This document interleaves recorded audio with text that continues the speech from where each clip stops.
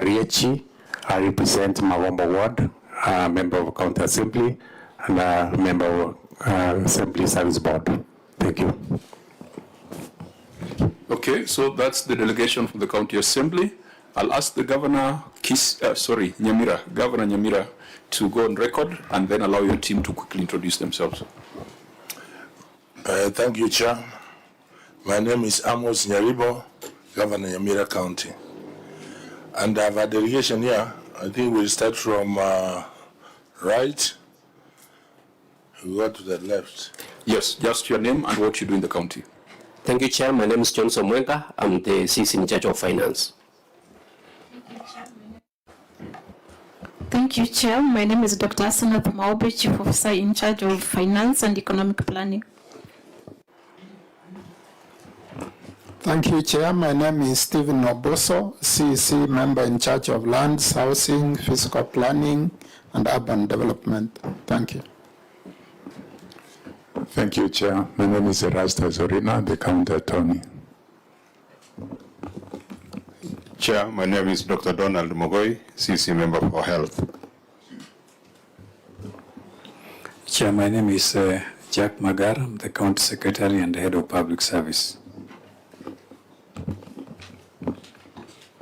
Thank you, Chair. My name is Harriet Obegi, an accountant, but a secretariat. Thank you, Chair. My name is Laban Roberts, Communications. Chair, my name is Andrew Ongere, the Chief Officer, Medical Services.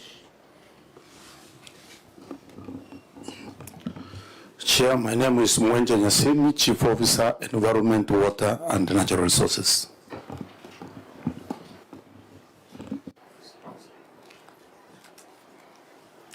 That's it for the delegation. You are welcome to the Senate. We proceed to the next order, which will be administration of oath.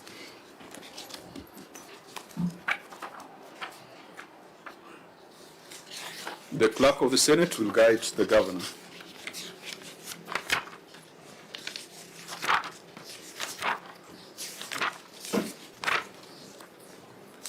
I, Amos Kimomi Nyaribo, do solemnly swear that the evidence that I shall give before this committee, in respect of the matters before the committee, shall be the truth, the whole truth, and nothing but the truth.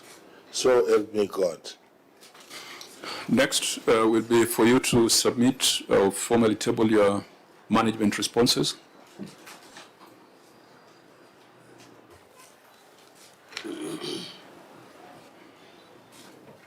Mr. Chairman, sir, I hereby table the following documents before the committee. Management responses and accompanying annexes on the report of the Auditor General on County Executive for the year 2023-2024. 2. Management responses and accompanying annexes on the report of the Auditor General on the receiver of revenue for the County Executive for the year of Nyamira for the year ended June 2024. 2023-24. Third, management responses and accompanying annexes on the report of the Auditor General on the County Revenue Fund for the County Executive of Nyamira for the financial year 2023-2024. Okay, so we've got management responses for the three statements. We'll ask the Auditor General, there was a requirement that those responses were to be sent in good time to allow you to go through and to prepare a brief to the committee. Have you been able to scrutinize the responses? Thank you, Chair. The responses were brought yesterday, 25th March, the physical copies that were received at our head office. Admittedly, we got an advanced soft copy, of which there were no sufficient attachments for us to do the verification. Our understanding is that some of the annexures were going to change to conform to the responses that have been tabled before the committee. So, Chair, in that respect, we have not been able to verify conclusively on the matters, and we have indicated that the issues are as per the report of the Office of the Auditor General. Thank you. Governor, is that the true account? Chairman, is a true account. We had forwarded an earlier soft copy, but there were some issues which made us delay, particularly so many Senate committee meetings, particularly the last 1 or 2 weeks. So we apologize for that.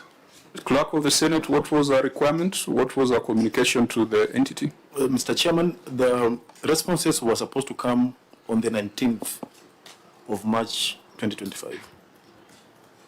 Or no, before the 19th of March. Yeah, the issue of appearance before the committees does not apply, and that is not a matter that we are going to consider or tolerate as a reason, because the things that are before me here are dated 17th of March. And if they're dated 17th of March, how come the Auditor General is only getting them on the 25th of March? Now, remember, I started by saying that we have constitutional timelines.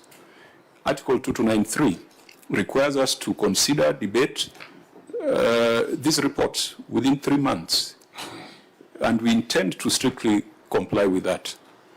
In the absence of verified responses by the Auditor General, what other option, because we cannot do the audit here.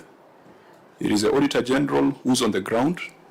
It's the Auditor General who's a technical person, who's a professional, who can assure us that the 15 pages of issues that he had raised have now been addressed. But in the absence of that, we would probably just end up adopting the report of the Auditor General as is and make recommendations for investigations and prosecutions and subsequent follow-up.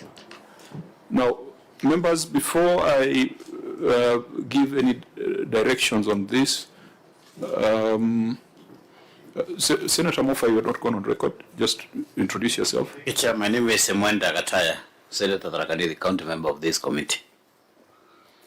Okay. Honorable members, you know the pressure we have. We have been sitting in this room since morning so as to comply with the constitutional timeline.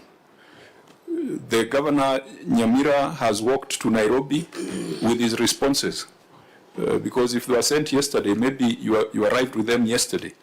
And that cannot be the way for us to work. This committee is not comprised of auditors, and we cannot accept documents that have been submitted to the Auditor General just last night. In any case, even if I was willing to accept, we cannot proceed if the Auditor General is not ready to lead us in the conversation. Auditor General, despite with the soft copies that were sent in advance, are you in a position to guide this conversation? No, Chair. According to our brief, most of the issues are not resolved. In fact, all the issues are not resolved, and probably, Chair, we may not do sufficient justice to give or to guide the committee in respect of the report. Thank you. Honorable members, I need to get your views on this before we give directions. Chair, I have been around for some time, and this is not the first time that this committee has engaged the governor. So one would want to know why this anomaly that is so blatant, because this is something that has been intentionally been done, because the governor has given some very funny reasons that he was engaged in some committees here and there. But of course, I don't think whether this committee is going to consume that kind of allegation. So I think, Chair, with that kind of understanding, we may not be able to, because you know that the auditors are the prosecutors of this matter and they have no information on what we are going to prosecute. So I think, Chair, we leave it to you to make a decision on how we are going to involve and go matter the matter. Senator Wabua? Chair, you know, I'm almost tongue-tied because I'm just wondering, I'm looking at the governor, and he has come with a big team. I'm actually wondering what they have come to do. Because in all fairness, governor and your team,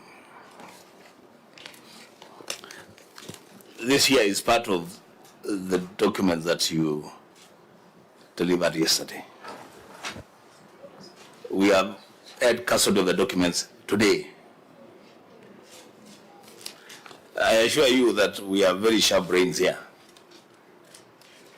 But even if you brought all the brains in this country together and tell them to process now this document plus others, now, what are we supposed to do with this? What is it that you expected this committee to do with this document now? Chair, and this I'm not just addressing the governor of Nyamira. I'm addressing governors, I'm addressing the family of devolution in this country. Chair, the time for games, if that time was ever there, that time is up. Let it just be known that time is up, Chair. You know, a few years ago we were talking about, you know, devolution taking root, you know, new constitutional dispensation. That's many years ago. You cannot have a situation where a sitting governor, the chief executive of a county government, delivers before Parliament a document that needs to be processed for several weeks. He delivers it today and expects the Senate to engage and make recommendations on the same day. Chair, I agree with you. Maybe this will sound rude, but maybe we shouldn't do that. But when Posta used to operate, there are days that we used to receive letters and you just do return to center. This is one case where the documents should just go and then they can form the basis for the next cycle of audit in the next financial year. This is unacceptable, Chair. I am really at a loss as to what this committee can do. But lastly, Chair, if then we are going to have another session to address the governor, then there are things that we need to say. Nyamira County is in the news for very, very, very bad reasons. Extremely bad reasons. This is an addition to those bad news coming from Nyamira. Something must be done. This committee, Chair, has capacity in law and in the Constitution to begin to correct the mess in Nyamira. I thank you. Senator Muruma. Yeah, thank you, Chair. I think there's adequate time that is available during the audit, from the entry meeting, the audit itself, management letter, exit meeting. All these documents were supposed to have been delivered for audit. They were not delivered. You are given a second bite at the cherry.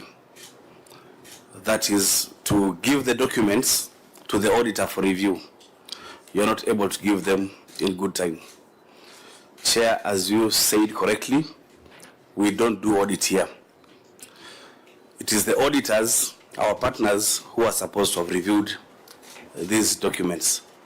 I don't find it tenable to continue with this meeting, Chair. I think we just need to tell the governor to go organize his house and we meet another day.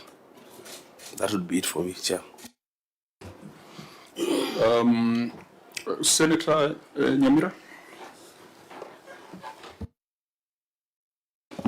Yes, Chair. You know, we have had sittings with a number of governors.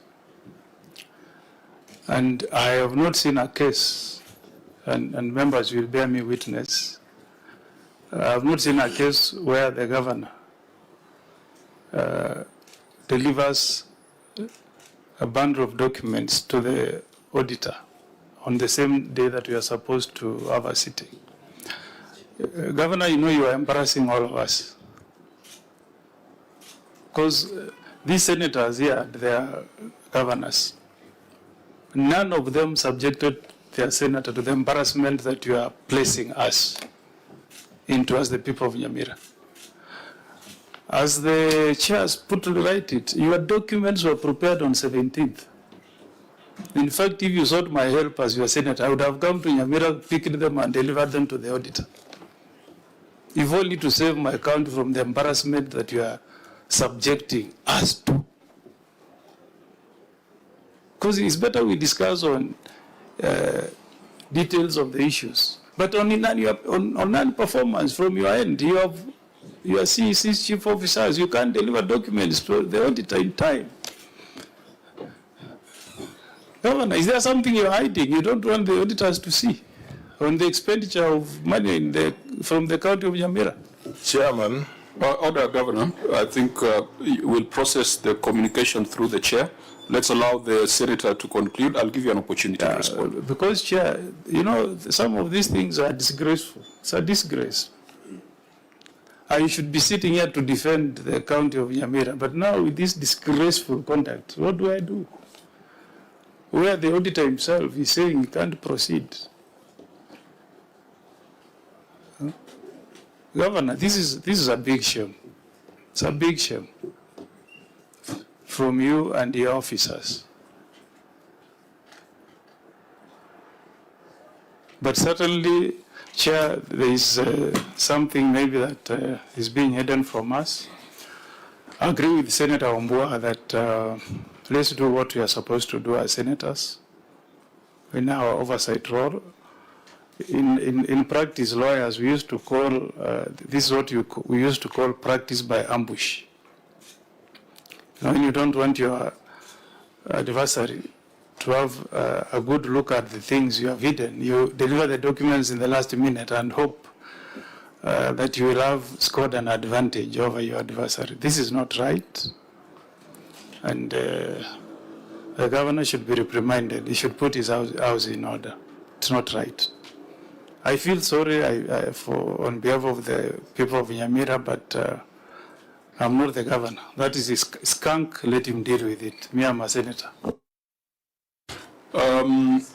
Now, it would then appear that proceeding is not tenable. And if that is the mood, we need to give clear and quick directions, because we have a 3,000-page report to adopt and to be circulated before the close of business today. I will allow the governor to respond, and I'll put a question to the members of the County Assembly, because I've had some of them introduce themselves as members of the Public Accounts Committee. They also have a responsibility, and I want to hear what they have done with respect to this report. Governor? Thank you, Chairman.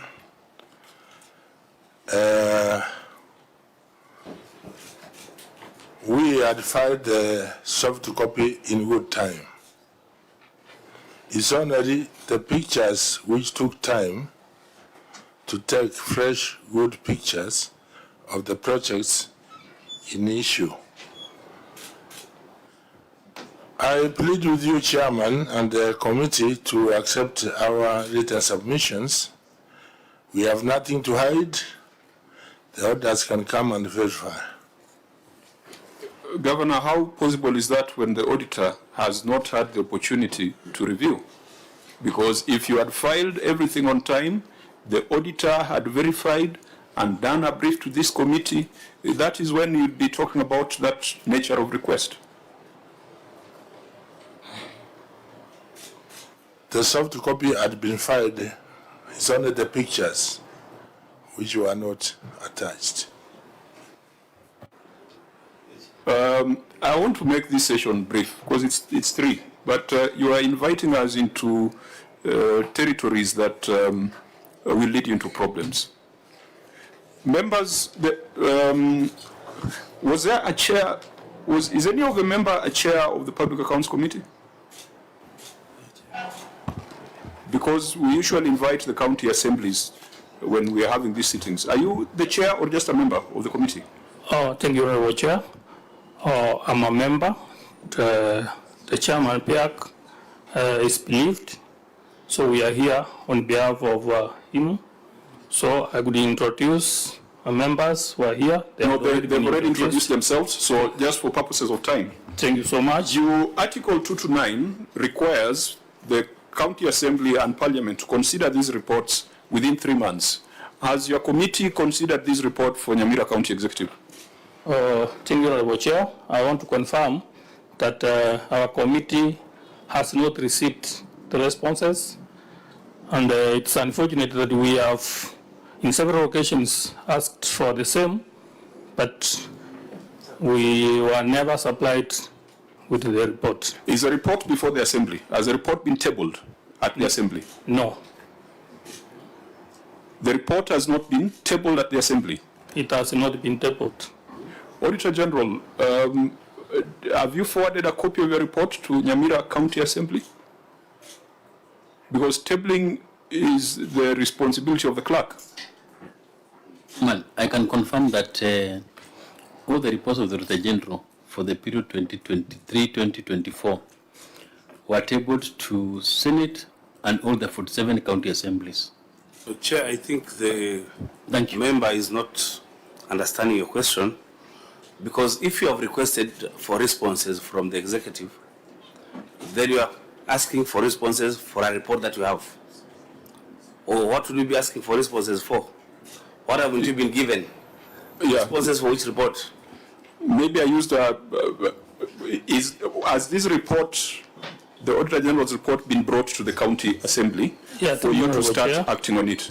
Yes, it was brought, but we cannot process the document minus the responses from the executive. Have you invited the executive to respond or to appear before your committee? Yeah, we have tried in several occasions, but they did not appear. You invited them in writing?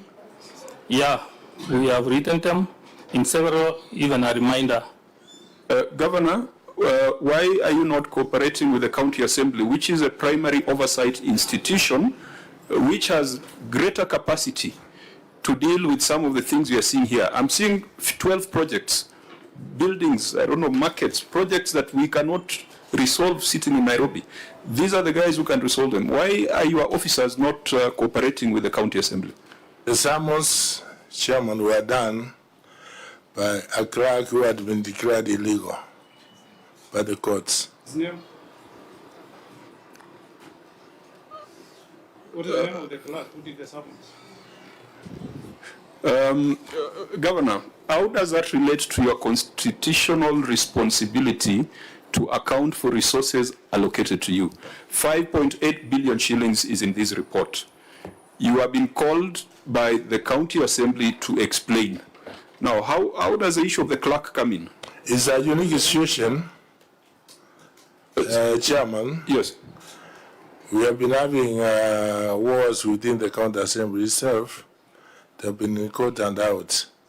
So at one time, one of the clerks, one of the factions was using, had been declared illegal. So it was very hard for us to deal with one faction from the other until a court pronounced itself around, about, is it a week? Or I'm getting lost, Governor. Isn't there a County Assembly in Nyamira? There is a County Assembly, but doesn't the County Assembly have the mandate to oversight the executive? They have mandate. When they call you to respond, why do you get into the legalist of who is in office and who is not? Isn't your responsibility supposed to be to respond to the request of the County Assembly? It's also my duty, Chairman, to obey the law. what law are we talking about? Because the law I'm referring to is Article 229 of the Constitution of Kenya. And perhaps the governor might want to have a copy. There were two. And various public finance management principles in the Constitution, which requires you, having spent 5.8 billion Kenya shillings, to account to the people through the county assembly as a primary governor, as a primary oversight institution. You see, Governor, this is why sometimes you have carried a huge delegation to Nairobi to discuss things that could have been discussed at the county assembly. I personally sometimes think that governors mnajiletea hizi shida. These are conversations that are best held in Keroka or the county assembly chambers. Now, it's emerging that you have refused to cooperate with the county assembly on the basis of, by the way, do you know who the clerk of the Senate is? The name of the clerk of the Senate? I've heard of him, Nyangenya something. Do you know whether he's validly in office? I believe he's validly in office. Do you even care to, it's neither here or there, isn't it? Yes. When he sends you a letter, you don't first go to the court to check whether he's validly in office. No. This case of Nyamira is a bit unique. Chairman, I want you to listen. Okay, please. There are, up to now, two factions of the assembly, which are divided in the middle. So we have been getting summons from both. Until about a week ago, when the courts pronounced who is the legal clerk and the legal speaker, we were a bit divided. So it's a bit tricky. It's not that I can... let me ask you, have you taken any law, any budget, any supplementary to the county assembly for consideration? Yes. During that time when the duration you're describing? I took a supplementary to one faction which had been carried by court to approve. And they did approve. Am I the only one who is lost? There were two functions. You can take your supplementaries to the assembly, but you cannot receive invitations to the assembly. The invitations, when the invitations were being made, there was confusion as who is the legal speaker, because there were two speakers. One called Nyamira, another one called Okero. So until the courts pronounced themselves, we were divided in between. Members, this confusion seems infectious because now I am very confused. Anyone who has gotten the hang of it to help us here? Vice Chair? The clerk wrote to the governor asking for responses to this audit report.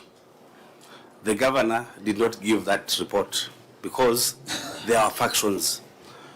But when you wanted your supplementary budget done, you chose to take it to one faction.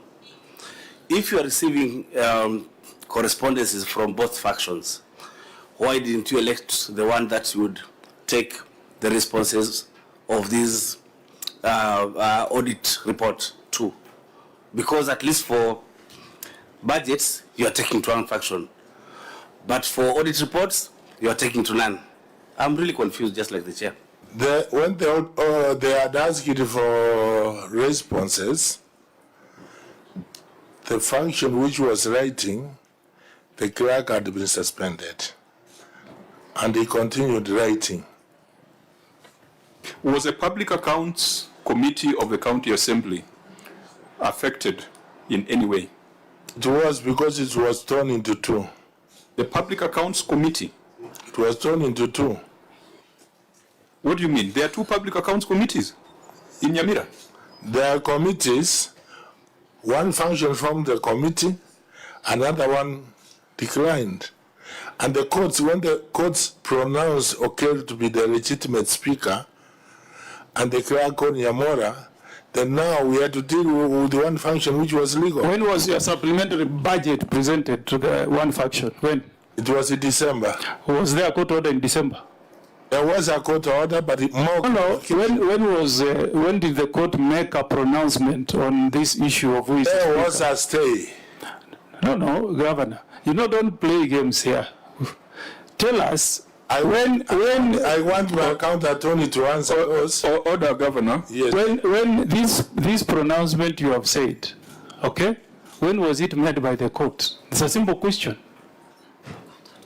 Chair, allow me, Senator Okongo Mogeni, because you know what is happening here is that we are all now very confused, extremely confused.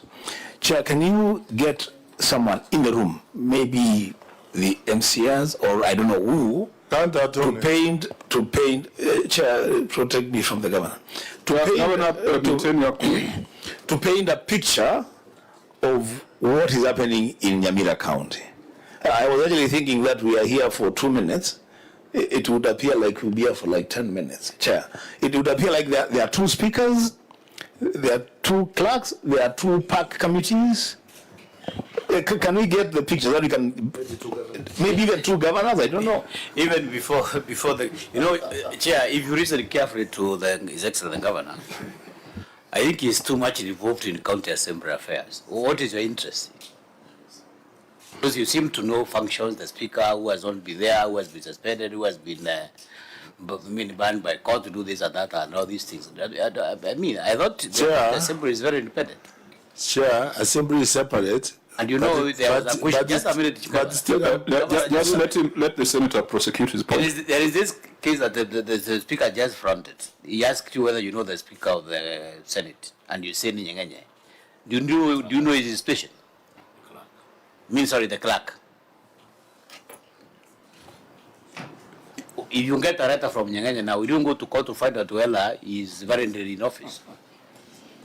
Remember, I'm still the governor for Nyamira, and although assembly has got this autonomy, but I'm still the presiding governor. So I must know what's happening so that I don't deal with the legal function. Governor, I was hoping that this meeting would not last 10 minutes after the declaration by the Auditor General that we cannot proceed. Now we have found ourselves having a governor explain to us the going-ons of the county assembly, which is extremely, not just irregular, but very odd. Now, maybe as Senator Wambua has asked, let's hear, now that we can spend some 5 minutes on this, because we must bring this to a close for us to go back to our reports. I've heard you talk of county attorney. Where is the county attorney? County attorney? Please, in a very succinct manner, 2-3 minutes, can you help us understand what is going on from a legal perspective? And then I'll also have the MCS to respond. Chair, maybe even before the attorney responds, do we have a building gazetted as a county assembly? And for the governor now to say that there are factions, do you have 2 separate buildings where the 2 assemblies sit, conduct the businesses? Maybe that is the type of picture we want to really get. Because if there is an assembly, when you take your correspondences, you don't need to know who is in there, legally or illegally. You just take your documents to an assembly that is gazetted, and maybe there's a book that would sign that we've submitted our responses. Let's get that picture. Yes, very succinct. Thank you, Chair. There was probably, let me see how maybe I can put it. The Speaker of the Assembly was elected at the inception of the Assembly, who was purportedly suspended or impeached. He moved to court. He got conservatory orders, which is... County attorney, we want to get these things properly. You are a lawyer, right? I am. You know there's a difference between suspension and impeachment. So what is it? What's that meaning? Was he suspended? Was he impeached? So we follow this and get to know what's happening in Nyamira. What I was saying is that there was a suspension. He moved to court. He got conservative orders. Then subsequently there were impeachment proceedings, which the court, of course, indicated that at the time of impeachment, that he had conservative orders, therefore he shouldn't have been impeached in that process. So there has been a number of cases in court surrounding that dispute. So what maybe His Excellency the Governor is alluding to is the fight now between who is the Speaker and who is the bona fide Speaker, because of those conservative orders and the subsequent election of a new Speaker after the other one was impeached. So those are the two issues which are related. As the advisor to the Governor, yes. Are you the one who advised him not to honor the invitation of the County Assembly? No, it wasn't actually probably brought to me. What advice would you give the Governor in that event? Since the Assembly is still is at large, it must be existing and is operational. Despite the leadership language, Assembly must process this operation must go on. Governor, do you seek the advice of your county attorney?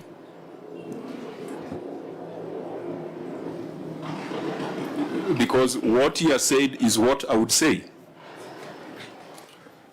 We were getting 2 invitations. We honored the one which was legal then, as at that time.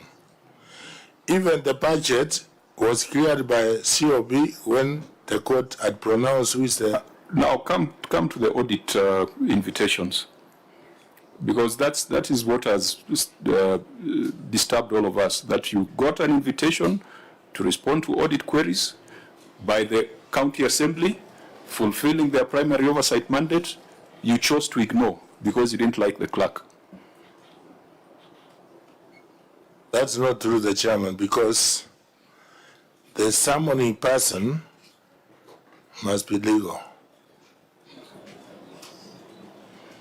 That time he had been suspended. Senator, I don't know whether you charge your governor for legal advice, but I want to propose that he could benefit from pro bono legal advice. You know, the county attorney has advised governor that it's not his business to choose who is inviting him to appear. The county assembly must be operational. The question we are asking as a committee is, you got invitations from a clerk on behalf of the assembly. What harm would it do to you if you responded? Because we're having a situation where the county assembly is telling us, you have refused to forward documents to the office. What damage would it have caused you if you complied and forwarded the documents, as your county attorney is saying? You know, members of the county assembly had been cited for contempt of court. I didn't want to join that list. This is, do you know the difference between an MCA and a clerk? The communication came from the office of a clerk.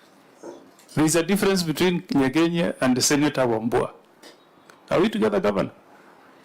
Not together because what do you want us to do so that we are who together? communicated had been suspended. Governor, we have just told you, whoever is in office in the county assembly is none of your business. They are citing Article 2298, which allows the assembly to ask that you supply documents emanating from the audit. We will comply. Do you know the timelines? Have you read that article? Can you read it? There is something I want to. Do you know the timelines in the Constitution? Governor, do you know the timeline? Timelines are clear. So when will you comply? The deadline is on 31st. You want to go back and comply this afternoon while in Nairobi?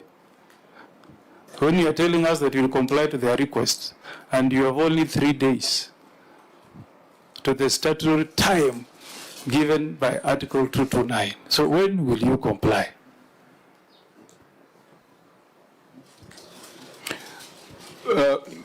Members, we...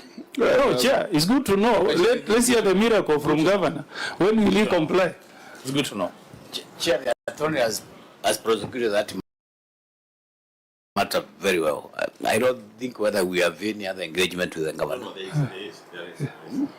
Yeah, because I think from the advice of your attorney, if it was sought, that is what you ought to have done. There's a difference between the office and the bearer of the office. The office of the clerk is an institution. It does not matter whether there's a man or a woman in there. The letters you receive from the Senate, many a times they are authored by some of my clerks here, because that is an institution. It's not about the person. Now, even your offer to comply is null and void, because you have only 2-3 days to the end of the reporting period. And so if we find that a county is dysfunctional, because this is a county then that is dysfunctional, we have recourse in the PFM, we have recourse in the Constitution. And I think we must apply our minds to the recourse that is available to us. Senator Mbua. Chair, if you allow me, I want to engage the governor on just 2 or 3 issues. One, Governor Nyaribo, was the county executive a party in the court proceedings? Were you a party in the court proceedings? We were not. You are not. So when the judgment came out, or the ruling came out, did the court serve you with their ruling? Obviously, we want a copy because we are interested parties outside the case. No, don't say obviously. I want to deal with real issues. So you were served. Yes. Okay, Chair, we want to get that copy of the ruling so that we know what is it exactly that the court advised the executive to do or not to do in relation to the rankles within the assembly. Lastly, Chair, what I wanted the governor to go on record on this matter, because he is the chief executive officer, and he has said it. And Governor Nyaribo, I am an avid reader of the Bible, and I believe you are. I know SDA is very, very strong in Nyamira and in Kisii. And I'm very sure at some point you must have come a verse that says that to whom much is given, much is expected. So you must be ready, willing, to be held to the highest standards of accountability and responsibility in Nyamira County. Are you telling this committee, and through this committee, this country, that you as the chief executive officer of Nyamira, you have 2 county assemblies in Nyamira, and until last week you did not even know which assembly is legitimate and which one was illegitimate, that you have 2 clerks in the county assembly of Nyamira, and until last week you are not sure which of these 2 clerks is legitimately in office and which one is not legitimately in office.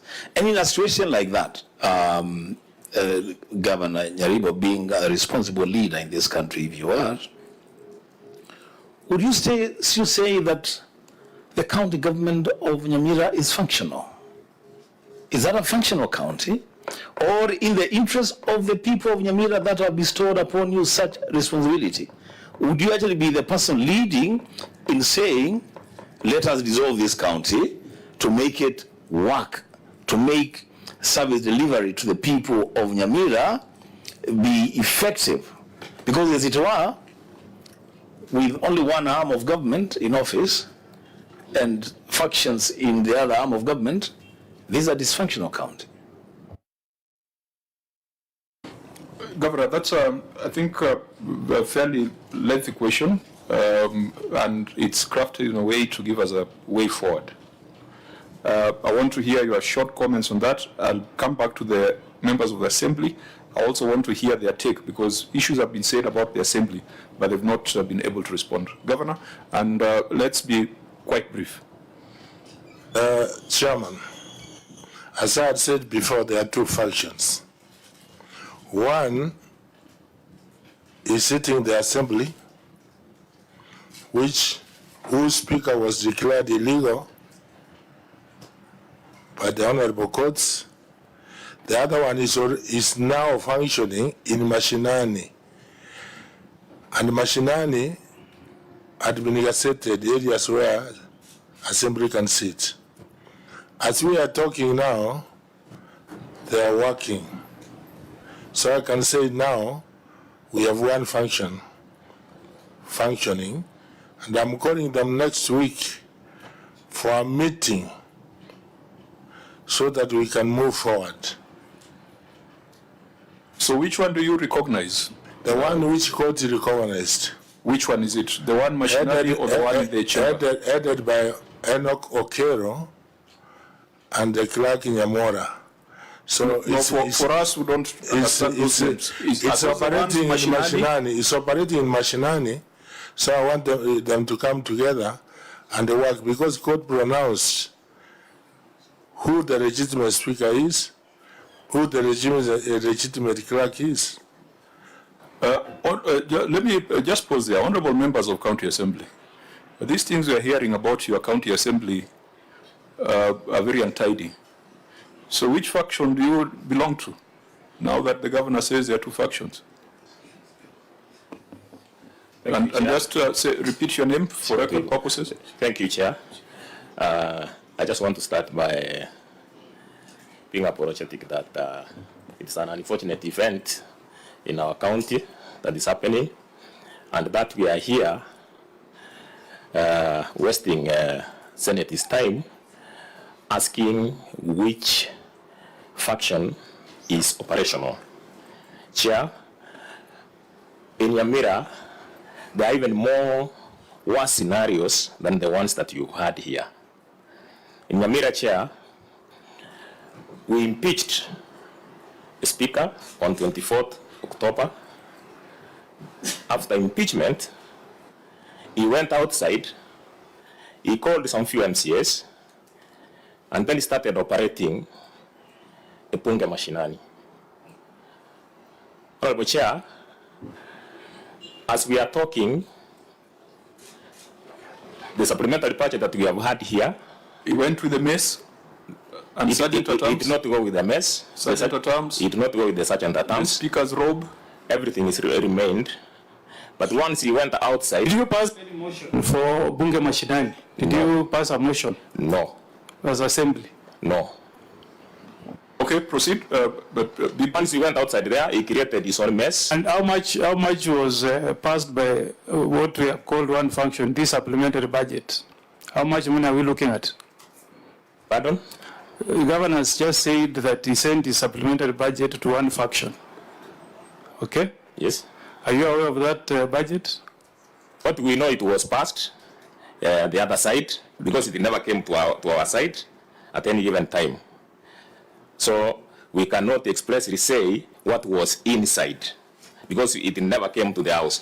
By the way, Chairman, Nyamira County Assembly is one that is gazetted, and it was gazetted in 2017. The buildings, as Senator was asking, they are there, and they are known the place where they are. Staff of the County Assembly is still there. I don't know now the people is operating with outside there, because the staff is intact. As you've asked, the sergeant at arms is here, the mess is here, everything is at the assembly. So the operation that is going outside there, which is an unfortunate event where our governor is taking the documents that are very serious, is run by one person who was impeached. And for purposes of record, he has not gotten any order after that impeachment. And in fact, he went to court challenging that impeachment. And the case hearing is coming on 2nd of April. So still, he stands impeached. For purposes of record, again, I want to say, and I know this one is known, that once the speaker is not there, the deputy speaker takes over. If the deputy speaker is not there, there is speaker's panel, which takes over. So there is no vacuum at any given time that the assembly can stop operating. So if the speaker was not there, the deputy speaker is there. If the deputy speaker is not there, the speaker's panel is there. So there is no point why we should be told that the speaker was having issues. As my parting shot, Chair, I want to urge the Senate that maybe if you can find time and come to the ground, even before you take those serious measures, if you can find time, come to the ground, maybe we try to find a solution together, because it is really your mandate to make counties work, and us as primary oversight, we are ready to come together. Then we find a solution together on the ground, such that some of these... But Honorable Nyamira, yes. You know, if you are telling the Senate of the Republic of Kenya that you can create a faction, you say that faction went and sat somewhere, they have passed the budget, that's public money, that money is being appropriated, there are 2 county assemblies, there are 2 clerks, the governor is elected to deal with 1 function. Don't you think we can now invoke Article 192 and suspend the county government of Nyamira? Because the governor knows under Article 176 we have county government of Nyamira and the assembly. I mean, we have so many counties surrounding Nyamira. All of them are an island of peace. Why chaos in Nyamira? If governor is not able to put his house in order, we recommend we suspend the county government of Nyamira. Mr. Chairman. Governor, was that I'm asking the MCA. Yeah, let the MCA respond. I'll give you an opportunity to respond. Thank you, Chair. Chair, me and the Senator come from the same place. We happen to know the scenarios in Nyamira. Chair, I want to request that even before we move to that level, because I know some of these things can be sorted, only that they just wanted to assume that they are ignorant of the law. Now that the Attorney General, the Attorney of the county has advised here, while we are all here, and we've heard him very clearly, we want to assume that maybe this advice was not given prior to this, and then urge that you give us time, we go down, and if he does not respond, then we are ready that that county be dissolved, because it is chaotic, I'm telling you. And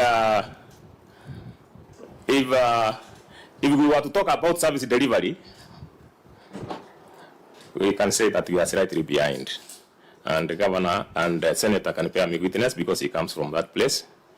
But before we take serious measure, I want to urge the Senate that you find it good that give us time, give the governor time to go and put his house in order, and then he listens to the advice of the attorney, the one he has given here, and then maybe you give us time and then we do the next. Members, we must not allow our eyes off the ball. We came here to ask how 5.8 billion Kenya shillings was utilized in Nyamira. Now, we have come across other strange animals in the process, and we must not run after those animals and forget about the one that we are chasing. We definitely must come back to the 5.8 billion, because where people are sitting mashinani or wherever, it doesn't matter. The government is spending, and the Auditor General has compiled 15 pages of financial malpractice and irregularities. For us as a committee, that is our starting point, that is our focus. We cannot force you to love each other. but we must force you to work together for the people of Nyamira. Now, Governor, there's something you wanted to say at some point. I'll give you a minute. I wanted to challenge our senator. He is one of the people who have been fueling fire, and is now behaving like a priest here. You are actually doing what you're accusing your senator of doing. Governor, be very careful. Look for other scapegoats. You know, you should be telling us about the queries on how you have spent money. Running away with the name of senator will not help you. If you have misappropriated money, that's what you should be of concern to you. We are here to get answers how you have spent money. So if you think that by giving the auditor documents later and come and shout the name of senator, that will not absolve you. If that count is in chaos, the buck stops with you. That is your skunk. You either put your account in order or you quit. I'm not a governor in Nyamira, I'm a senator sitting in Nairobi. And if I can outwit you, then you're not worth being in office. I know Put your house in order in Nyamira, Governor. I know you. That's why you undermine me all the time. But remember, put your house in order. Remember, the report we have is a qualified report, which is not as skunk as we are trying to say. It's now, Governor, report. Order, Governor. Yes. I must bring this exchange to an end. Yes. It is not useful to anybody. It is not useful to the Senate. It is not useful to the people of Nyamira. They expect when you come to Nairobi, you are coming to seek solutions. I will not allow this meeting to be one that fuels further division amongst the leadership of Nyamira. We must give direction that Governor, Senator, members of County Assembly must provide leadership. The concern of the Senator from Samburu is on the 5.8 billion that he voted to go to Nyamira. There are other things that can be sorted by Council of Elders or can be sorted by the electorate, can be sorted at the next electoral cycle. We must get responses on the 5.8 billion, whether it is today or after 31st of March. We shall be invoking Article 125 of the Constitution, which gives Parliament the power to summon anybody, and anybody means even the President. Parliament can summon even the President to provide evidence. We must report to the House tomorrow. Now the question is, what report are we taking to the House with regards to Nyamira? As you've seen my colleagues talking of a government that is broken down. You've seen the Senator even making proposals around suspension of the county government. Is that the report that we should be taking to the floor of the House tomorrow? Our job is to see that devolution works. Our job is not to break down counties. So, members, that is a decision we must make. What report are we taking to the House tomorrow? In the absence of verified documentation by the Auditor General, we will reach the conclusion that the 5.8 billion Kenya shillings that the Senate sent to Nyamira cannot be accounted for. It doesn't matter who the Speaker is, who the clerk is, where they sit. So let's bring our focus to the numbers. After getting our focus on the numbers, there are those other hygiene issues that I've had, which also must be addressed. Honorable Senator, you understand the terrain better. I think there must be, I heard the governor say that he's calling the MCAs next week. Is that a statement of fact? Yes, Chairman. Invitations have gone to the members? I've consulted with them, and even here, we have agreed, all elected MCAs and myself, we should meet first. Members of a county assembly, have you accepted the invitation?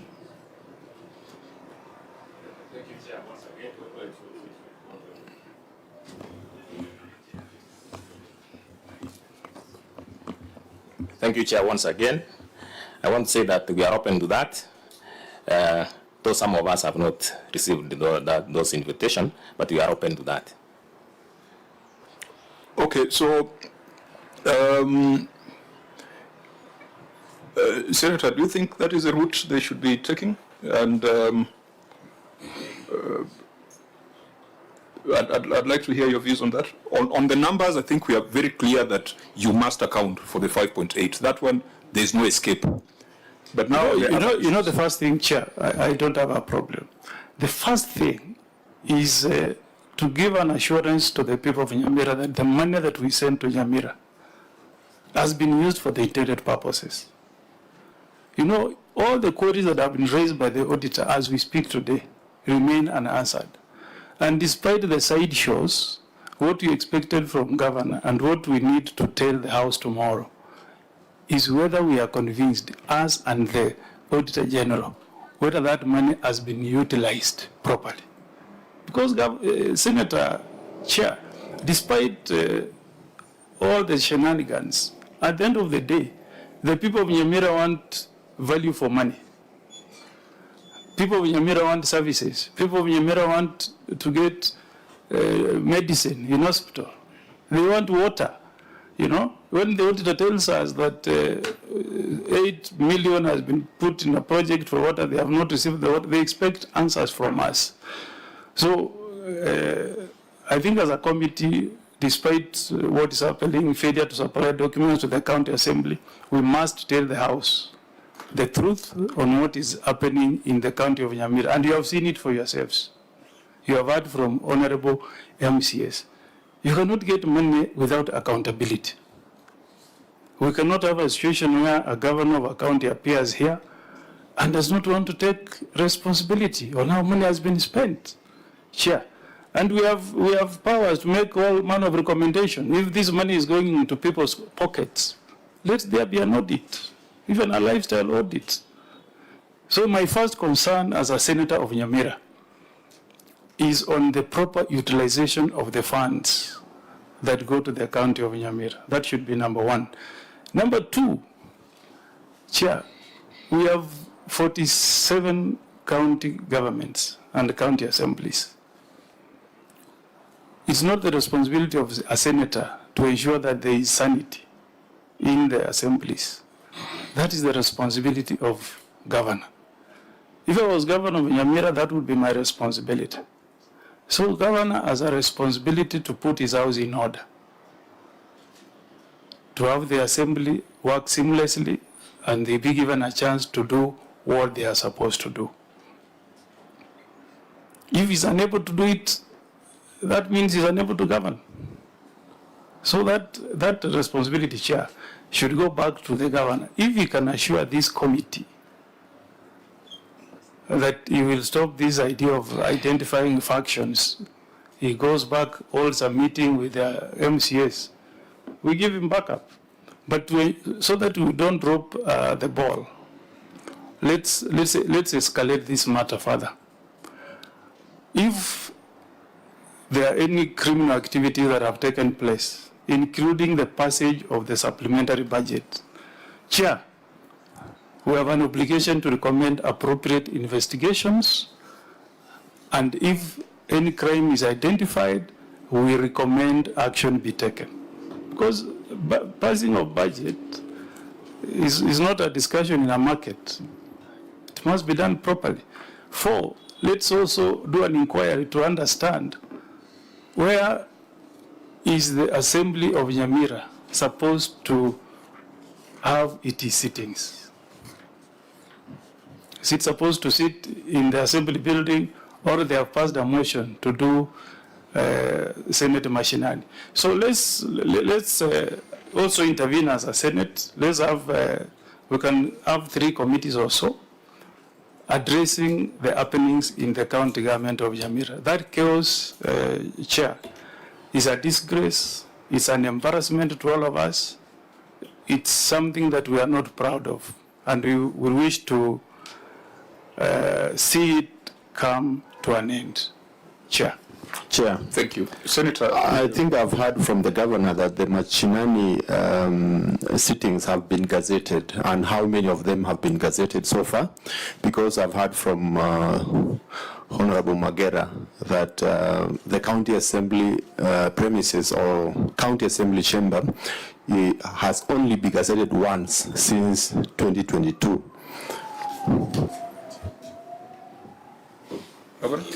And if he has the evidence of the gazette notice for the sittings in Mashinani, then he should table before the committee. I think we can get the gazette notices. Actually, Pungi Mashinani was gazetted for the first time 2015. And it has never been gazetted. We can be able to prove.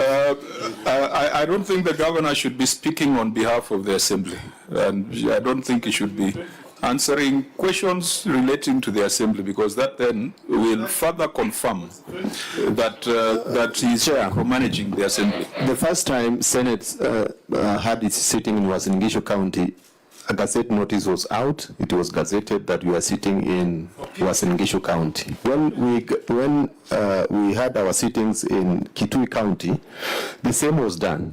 There was a gazette notice for that particular sitting, and the governor is alleging that the county assembly is sitting in different locations. So the governor should give us we can those provide gazette notices because they are in the bottle. We can provide. Chair, we can provide. But the issue the senator is raising is more personal than official. Several times I pronounced myself as a governor. If they don't unite, I can write to the president to appoint a committee which will look at Nyamira, and if it cannot be able to solve the problem, then it be dissolved. I have done that before, but I have not written because I'm seeing a situation whereby we can be able to solve the problem in-house, except for some 2-3 MPs, including Senator, who has been fueling fire. That is completely out of order. Governor, you are not helping us. You will not make headway if your focus remains this good senator of Nyamira. You will actually embarrass yourself more. The problems you have are between you and your MCAs. The senator of Nyamira sits in Nairobi. Focus. Put your energy where you have problems. If you put your energy where there are no issues, you will not make headway. I'm giving you free advice, Mzee Governor. The problems are in your doorstep between yourself and your MCAs. I'm not an MCA myself. That's free advice. But Counter Tony, I want you to give us some light. How does that Gazette notice of 2015 looks like? Did it give you a blanket check? Because the way we do our county machinani, we pass a motion to sit in a particular county for a given period, okay? And that motion is for that duration. So how is yours gazetted? As we say, we'll be sitting in Uasin Gishu in the month of August between 10th to 18th. And we said that's where the sittings of the Senate will be held. So this one of 2015, how was it worded? Just for my benefit.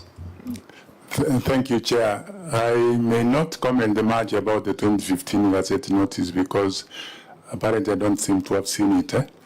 But there is a Gazette notice which was setting the sittings, which was done somewhere in, I think around October, November, somewhere there. No, you see, Governor says you are using the Gazette notes of 2015. So you are saying is not right. It's misleading the committee. No, I will not say that because I'm only saying that I may not comment much about the 2015 one. So we believe between you and the governor. I've seen a Gazette notice of 2024. Okay, let's go to the one of 2024. How is it worded? Let's say governor is wrong, is misleading us with 2015. How is it worded, the one of 2024? Protect your clients. How is it worded? No, I don't think there's Is it anything worded that just allow you to respond. that the assembly will sit between a given timeline at a specific place? Because I'll expect if you are going to do Senate Mashinani, for example, in Mawawa ward, it will say the county assembly will do sittings in Mawawa ward from this date to this date. It cannot be a blanket gazettement. They do it must even prescribe the venue. The venue, it must be detailed. Yeah. Otherwise you'll be doing, we're also trying to help you. If you do illegal sittings, pass budget and you appropriate money. They do gazette all the time. As a county attorney? Yes, county attorney. We must want to understand how you do it. I understand. Yes. It's only that I may not be very precisely tell what is contained in those gazette notices, but what I remember casually is that it was stating the places of sitting. The venue and the time. And the venue and the time. And the period. Yes. I'm not sure about the period, but I saw gazette note of that.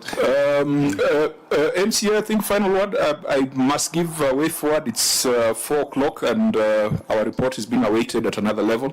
Thank you, Chair. I think in this one, we may take a lot of time doing what we are not supposed to do. Whenever, from the County Government Act, whenever a machinani is supposed to be, there must be a motion in the assembly allowing it to be done. Now, even if you do gazette notices or what, if there is no motion from the House, then it is not and void. Because it is the members to agree that we are supposed to go out. I'm sure even the Senate, that's what they do, that they get the motion first, then they do the gazetting. So in this case, we have never done any motion to this. Thank you. Yeah. Chair, is you allowed? Please make your submission very brief. Thank you, but just 1 minute. Honorable Chair, I want to confirm that when they went to the government printers and they were refused to be given a gazette notice to Gazette Bunge Masinani, in their own wisdom, they went and obtained a fake gazette notice.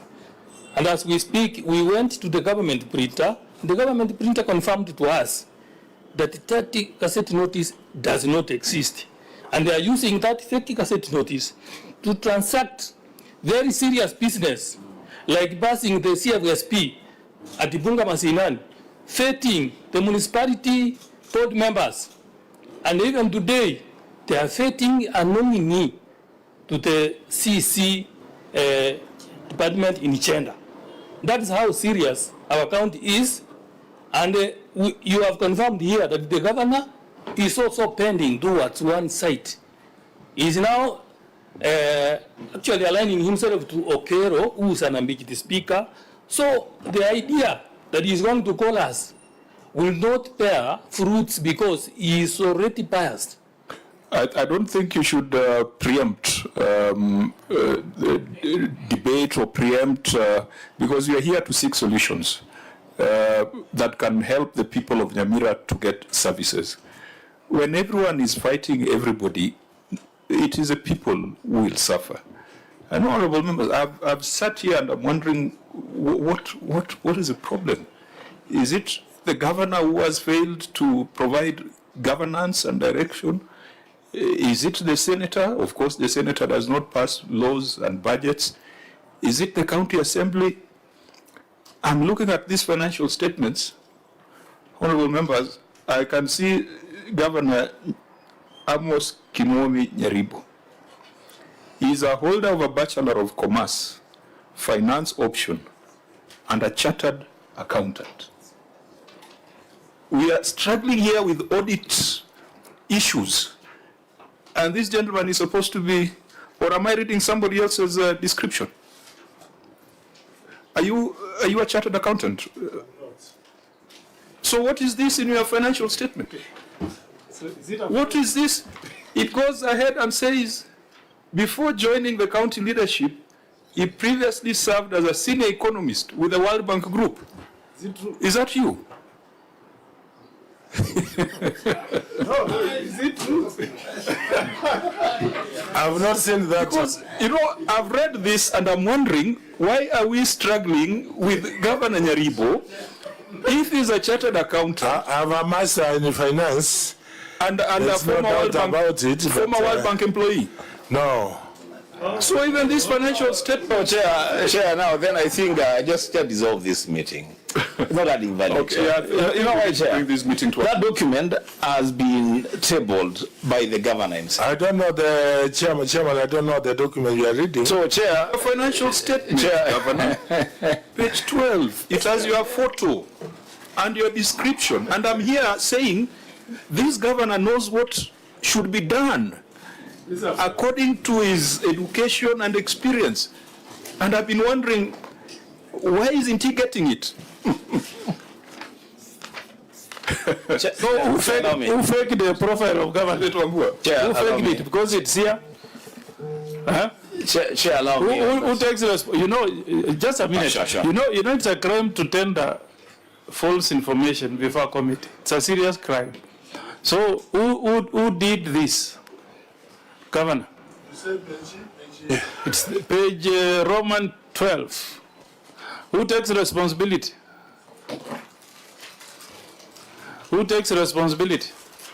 Other than forwarding, I don't send financial statements. So who takes responsibility? Because we'll take note in our report. Who will take responsibility? Who prepared the documents? It's from finance department. And it has your signature. Forwarding signature. You didn't read through? You know, members, this is not a financial disclosure, so it might not be material, but it is a symptom of a problem.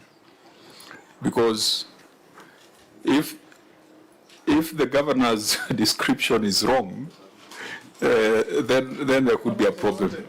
And I came to it. I can't see it, Chairman. I was about to praise you, to tell you that you have the right credentials to solve the problems. Now I withdraw. Senator Wambua. Chair, on the issue of, and I would want the governor to hear this, it will be important. Mr. Governor. Mr. Governor, this is important for you to hear. Yeah. And your county attorney. I believe that the county attorney is a member of the LSK, right? Yes, you are. And you know there are implications from your professional body if you act unprofessionally. Good. Chair, county sittings and venues for county sittings are exclusive province of the county assemblies. The executive has got absolutely nothing to do with where county assemblies sit. For the governor to appear before a committee of the Senate and declare on record and under oath that the executive has gazetted the venues for the sittings. Chair, you know, Governor, if you are listening to me from the beginning, perhaps you know where I'm going. But now because you're hearing things at the tail end, you're not jumping to respond. Just wait, relax. Chair,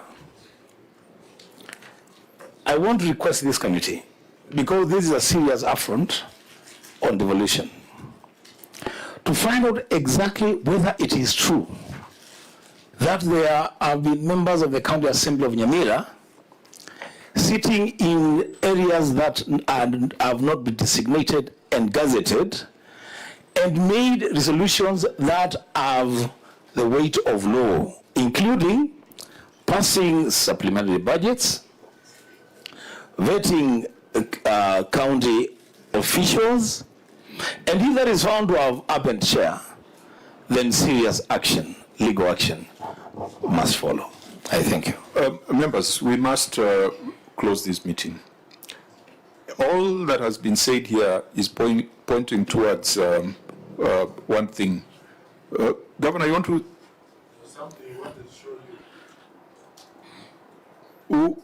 A settlement. He wanted to show you the settlement. No. We are getting fatigued with the accusations and counter accusations of Nyamira, and in the process, we are losing the essence of why we are here. I want to recommend that this committee should do a special inquiry into the governance matters of Nyamira, the things that are within our mandate. Of course, we cannot take over the mandate of the county assembly. That would be a review of financial arrangements guided by the reports, the various reports of the Auditor General, guided by the various reports of the control of budget. We will also, in that inquiry, have a quick test on compliance. Are those budgets passed in accordance with the law? Are they processed in the manner in which the law requires? And I think once we do that, we might even want to ask the Auditor General to conduct a special audit on various areas where we think there could be a problem. That can be done in Nyamira, or depending on the program of this committee, we can have the parties come before the Senate. We will take that decision. But what is certain is that something is broken down in Nyamira. You will not agree on who has broken it down, but sitting where I'm sitting as a chair and someone who comes from a neighboring county, the stories today are the stories that spoil the name of devolution. Tomorrow, we are going to fight for additional allocations to counties. We are going to fight for counties to get the RMLF money. But if this is going to be the story in the headline, who is going to take us seriously? We will be told that we are fighting for money and we are throwing it into a bottomless pit where there are no controls. So all these things, we must bring them to a close. For purposes of reporting to the House tomorrow, I think we'll be asking the Senate to agree with us that a special inquiry is necessary for the governance and fiduciary aspects of Nyamira County. The documents that have been tendered, even those that were tendered outside time, I think we've seen some certain copies that are completely, you cannot read, especially the photos that you said that you're uploading. Could you provide for our guidance and for our records, could you make sure that whatever has been submitted is clear, is legible? Also refer to it when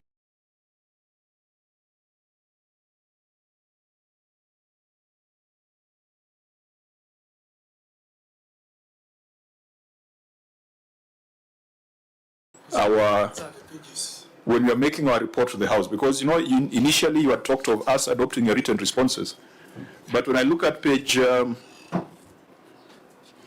33, page 34, and page 35, that's Annex what? That's Annex 2. The documents under Annex 2, there are photos that are attached there. They cannot be, we cannot make sense out of them. Please make sure you submit. Chair, which report is that? Receiver. This is your report. Yeah, receiver. No. I think this should be for the executive. Or it's receiver of revenue. The receiver of revenue. Yeah? Make sure you submit to the clerk copies that can be read. If we went further, we would be akin to flogging a dead horse. Do we resolve that that is the direction of the committee? Yes. Okay, unless there's any other observation.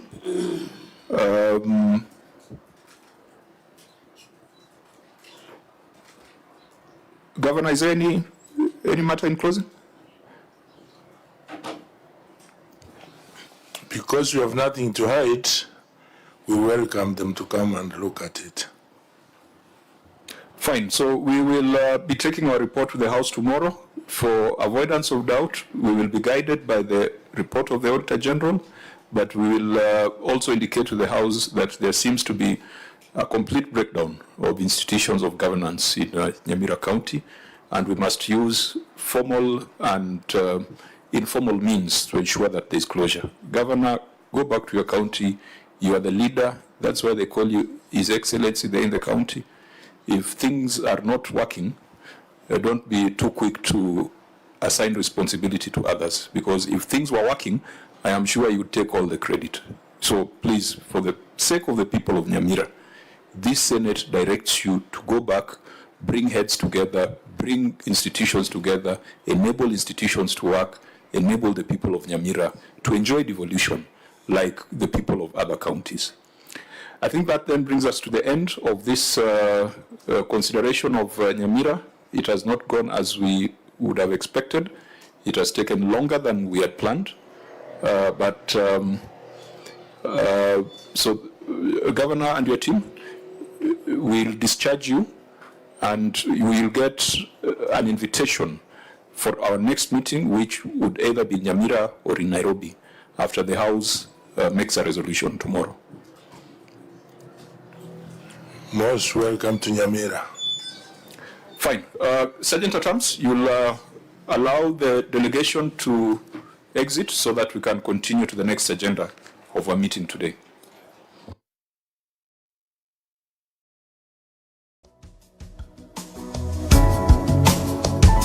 So we can take perhaps some 5-minute break to allow them to settle, then come back to adopt the reports.